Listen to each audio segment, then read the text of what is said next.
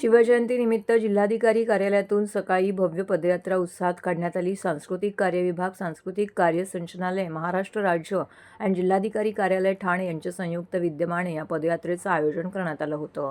सकाळी 8:30 वाजता जिल्हाधिकारी कार्यालय परिसरातून पदयात्रेला सुरुवात झाली.